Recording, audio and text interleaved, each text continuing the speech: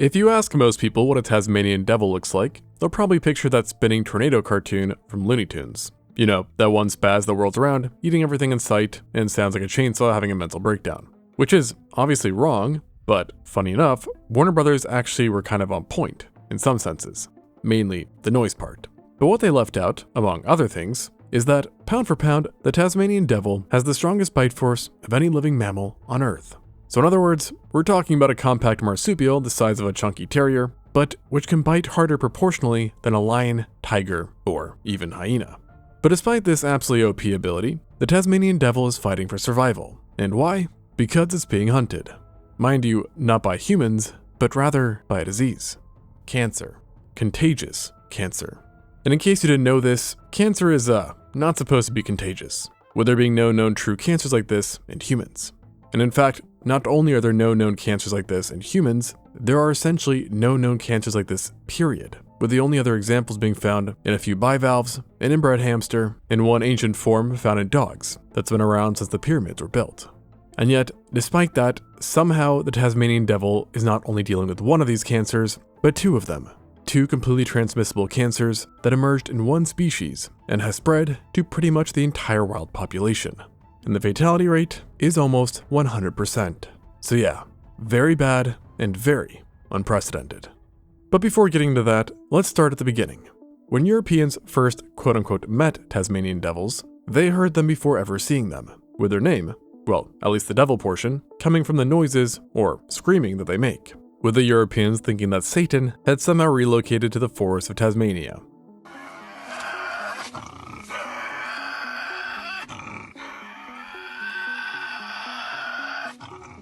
But when the animal finally stumbled out of the undergrowth, it looked more like a stocky dog than anything from the underworld, as a full-grown male Tasmanian devil weighs just about 8 kilograms or 18 pounds, which, just for perspective, is smaller than most beagles.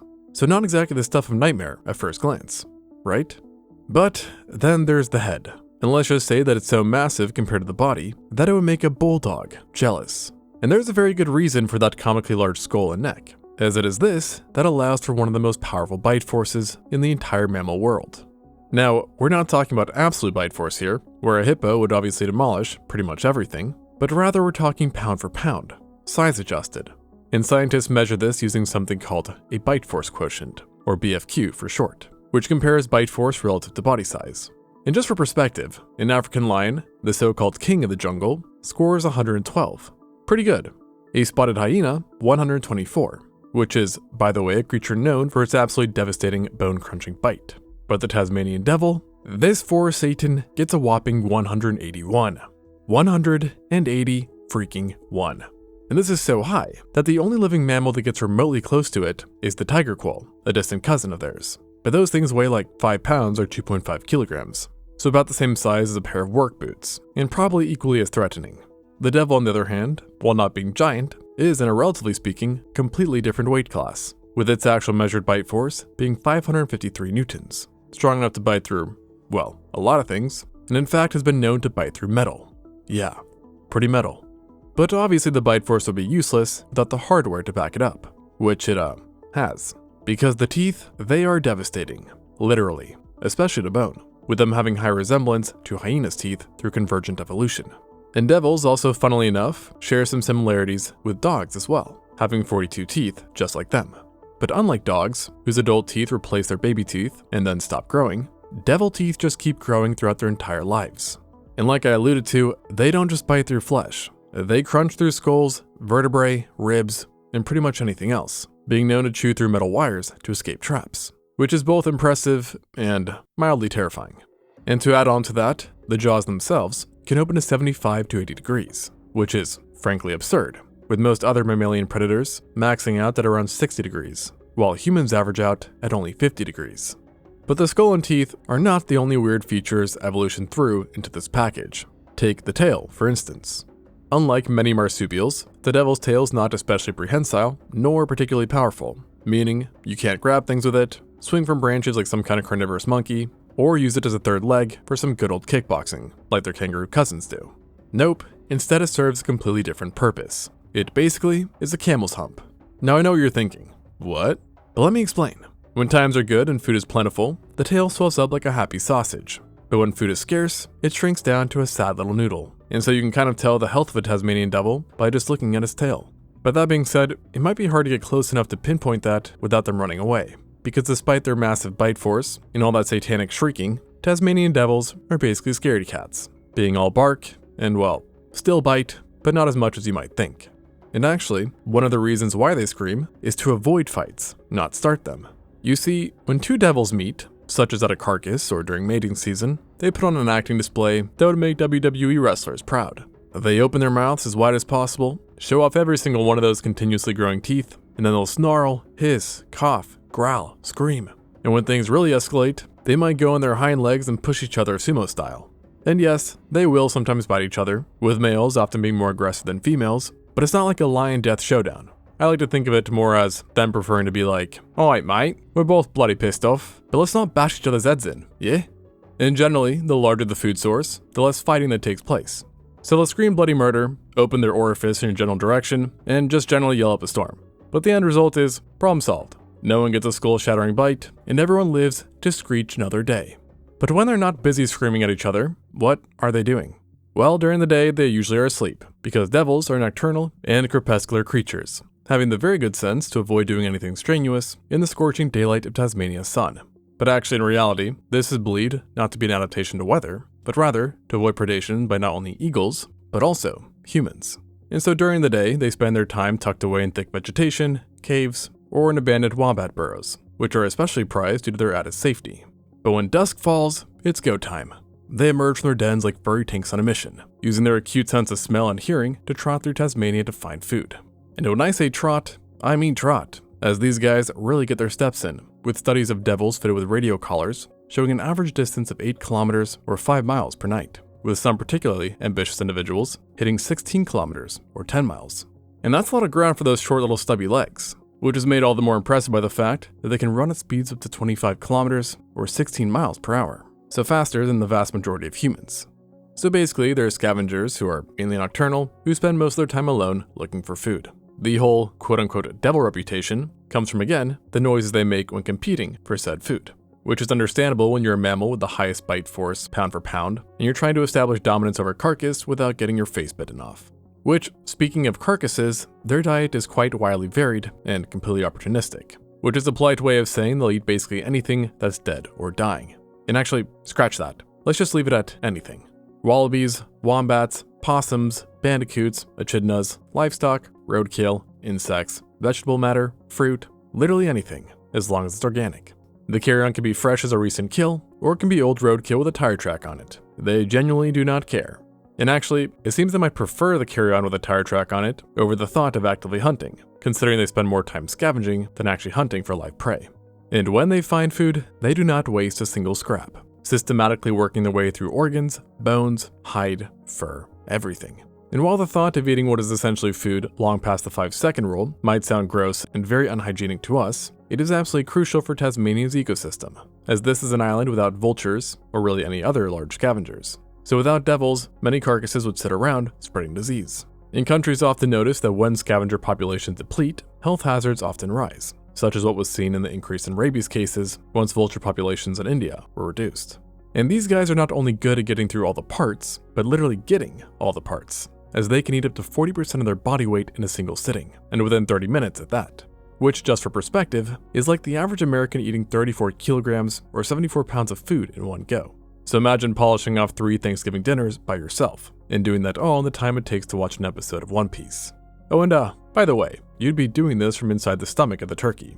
Well, if you could fit, as Tasmanian devils have been observed literally eating a hole into the stomach of large enough animals, and then just continue eating from the inside of the body, refusing to come out until they're done, being apparently all cozy inside their new little stomach den. However, despite being generally solitary, they do seem to prefer some good company when eating food, especially when it's an extra large snack that shows up, with multiple devils often coming to feast on the same animal. And this is where things get interesting, and also rather unfortunate for their long-term survival, but we'll get to that latter portion in a minute.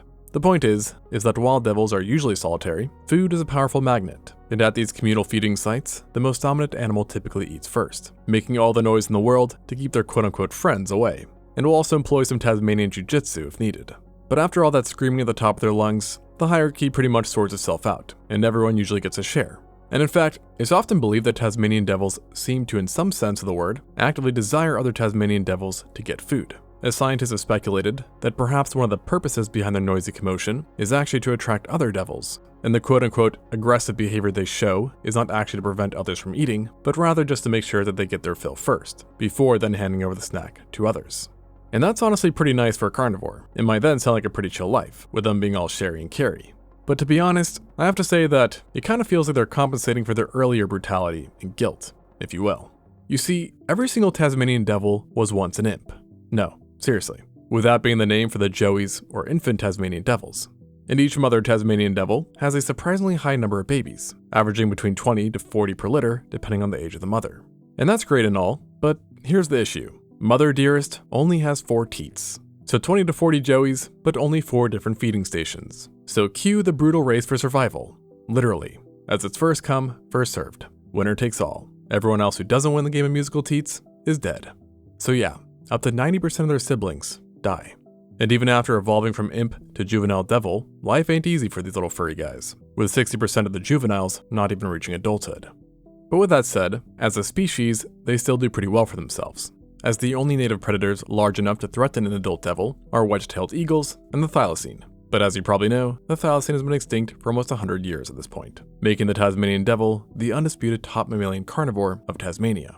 Unfortunately though, their spot at the top is not exactly stable, as they are currently facing their biggest challenge ever. And no, it's not habitat loss, hunting, or climate change, although those are still problematic. But no, the heavy hitter is something that should be near scientifically impossible, something that sounds like it came straight out of a sci-fi movie, a contagious cancer. And actually scratch that, 2 contagious cancers. Yeah, not good. Around 1996, a wildlife photographer near Mount William, northeast Tasmania, noticed something deeply disturbing. Now, because I don't want to completely scar you and gross you out, I'm going to be censoring most of these images. But let me tell you, these photos show something horrifically wrong. Large, ulcerating, infected masses and lesions around the mouth and jaw that look like something straight out of a horror movie. And at the same time, a report came in from farmers in the area, reporting that there was a declining amount of devils being seen in the area. But officials hoped this was just a coincidence. But, of course, it wasn't. Once the first report was made of tumors, news started coming in of similar sightings across the state. And then once authorities really started to look into it, they realized the worst. They had a full-blown pandemic on their hands. A deadly one, at that.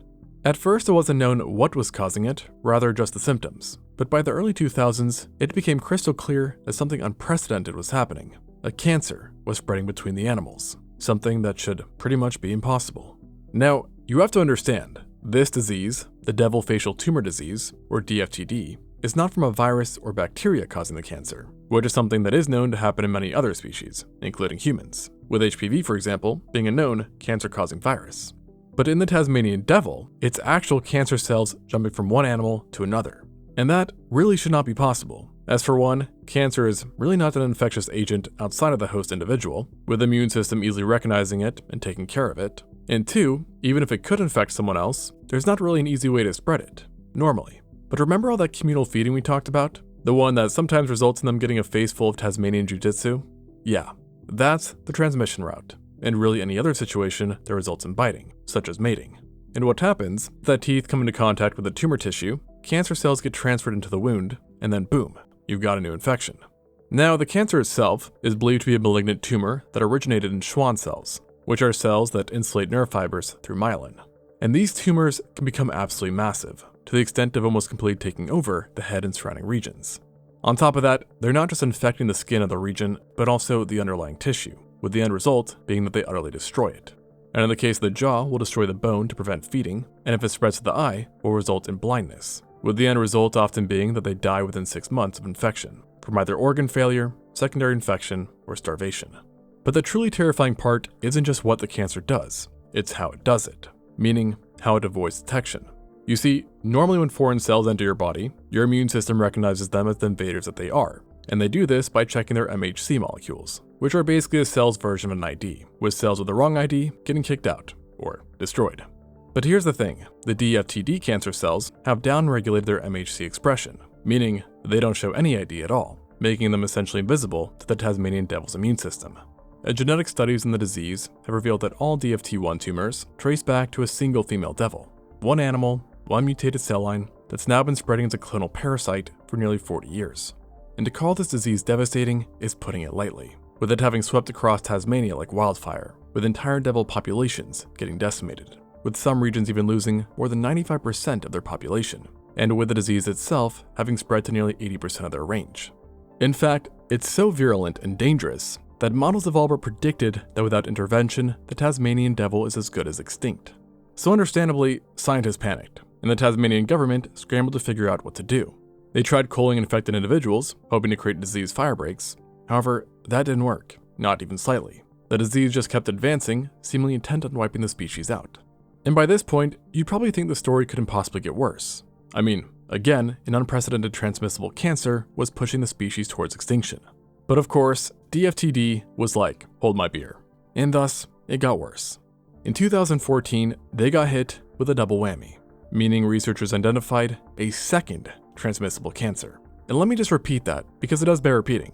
A second transmissible cancer emerged in Tasmanian devils, just 18 years after the first one was discovered, which is basically like getting struck by lightning twice and then having a shark attack you on land. Except the lightning is contagious cancer, and the shark was dropped there by a freaking tornado. If you noticed, I had started referring to this disease at one point as DFT1, and the reason why is because the 1 indicates the first strain, while the second strain is known as DFT2. Now, DFT2 appeared in southeast Tasmania, and despite being noticed in 2014, has an origin date of 2011, with genetic analysis confirming that it was completely independent from DFT1, with this time the cancer originating from a male devil, as opposed to the female origin for DFT1. But oddly enough, it has the same horrific facial presentation, with those similar tumors in the face and mouth, but genetically totally distinct, and the way it avoids the immune system is also different. And to really hammer home how incredibly rare and terrible this is, outside of devils, there's only 2 other known naturally occurring transmissible cancers in mammals. Canine transmissible venereal tumor in dogs, which has been circulating for about 11,000 years, and then another cancer in some very inbred hamster. And that's it. And yet here we are with the Tasmanian devil being the only mammal species we know of where 2 independent transmissible cancers exist simultaneously, and within years apart at that. So obviously scientists are trying to figure out why the devils are so unlucky, why they're so uniquely, catastrophically vulnerable to this disease. And the initial idea was that Tasmanian devils have relatively low genetic diversity, likely being due to both the population bottlenecks in their evolutionary history when the island got cut off from the mainland, as well as hunting and culling by humans prior to their protected status. And so the end result is that any one Tasmanian devil is much more highly related to another than they would normally be, making it so their immune systems are less effective in recognizing cells as being foreign from another individual. But this was later shown to probably not be the case, with it being found that they are in fact genetically diverse enough such that this shouldn't be the reason why.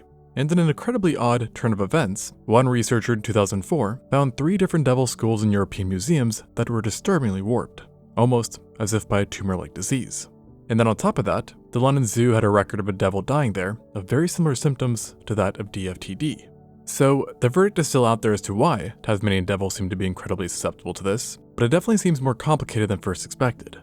Now, thankfully, DFT2 has remained far more localized, being located in mainly the southeast, whereas DFT1 covers most parts of Tasmania. But here's the concerning part. DFT2 mutates at about 3 times faster than DFT1, meaning it can more easily gain mutations to make it more transmissible.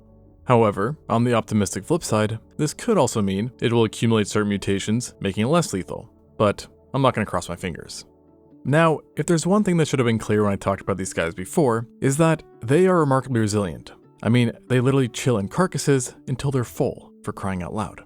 And in that vein, some devils have been observed having more resistance to the disease, proof that evolution is working in real time to save them, with those who are more resistant living longer and having more offspring, which then pass on the traits.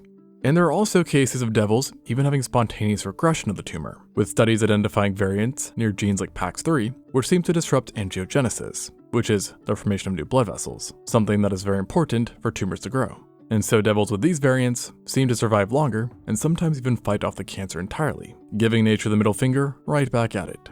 In addition, researchers have also documented devils living for more than a year after infection, which was also almost unheard of in the early days, giving solid evidence that populations are moving towards a more resistant phenotype, which really makes sense when you have a selective pressure this strong. I mean, again, the fatality rate is nearly 100%. But even considering the lethalness, this rate of change is still ridiculously fast from an evolutionary standpoint. And interestingly, it's also been found that Tasmanian devils as a whole speciate at about 50 times faster than other mammals. 50 breaking times. Now, that doesn't necessarily have anything to do with the rapid disease resistance, but it's still pretty dang cool.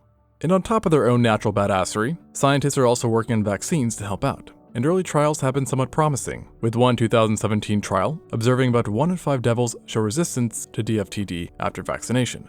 Meanwhile, insurance populations have been established in zoos and enclosures, and as of even 2012, the insurance population reached 500 animals, which represented over 98% of the species' genetic diversity, something which can often be a problem when conserving a species after near extinction. So obviously the cancer is terrible, but as Tasmanian devils have shown, it is not invincible. But sadly, to add some more rain to the parade, neither are the Tasmanian devils, as the disease is not fighting these guys alone.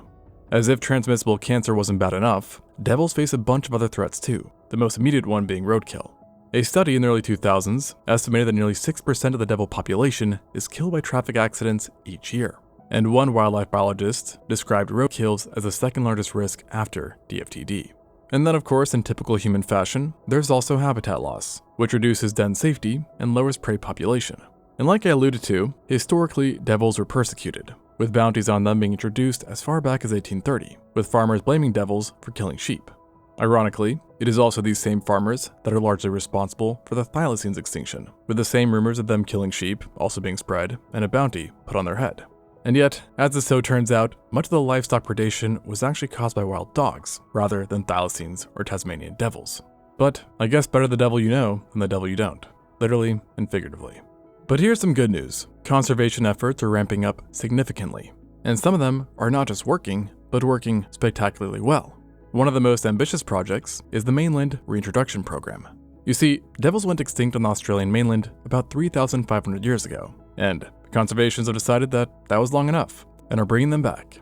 In 2020, an organization called Aussie Ark successfully rewilded and released 26 adult Tasmanian devils into a 400-hectare wildlife sanctuary, marking the first time devils have been in the wild on mainland Australia in thousands of years, which is genuinely a historic moment for conservation. And here's the exciting part, it worked. In 2021, just 1 year after the initial release, 7 joeys have been born, with 20 more expected to be on the way. And the success of these projects shouldn't just be measured in devil numbers, but also about long-term impacts on the ecosystem. And as the organization Rewild so beautifully puts it, we don't need to reinvent the planet, we need to rewild it. As apex predators, devil populations are correlated with suppressed feral cat populations, meaning their reintroduction and survival not only helps themselves, but also other threatened species, things like bandicoots, potaroos, batongs, coals, and more. But I will say, there have been some mistakes along the way. For example, Maria Island, an island off the east coast of Tasmania, was one of the first sites chosen for disease-free devil reintroduction. And it seemed to work great. The population was established and grew from 28 individuals to around 90. Turns out nobody had fully thought through the impact on the island's seabird colonies. The fact of the matter is, introducing a generalist predator with zero chill to an island ecosystem can have, let's say, consequences. The devils absolutely decimated the little penguins, a species fittingly named considering it's the smallest of all penguins. So yeah, big oops. But no one ever said that conservation was easy. But at the end of the day, this is an animal that has survived things that should have killed it multiple times over. It's not guaranteed a happy ending, the disease is still out there, roadkill is still a problem, etc. But honestly, if I was a betting man, I'd put some good money on it. And what I can say for certain is that they're definitely not going out without a fight. Or quietly. Thanks for watching, and until next time.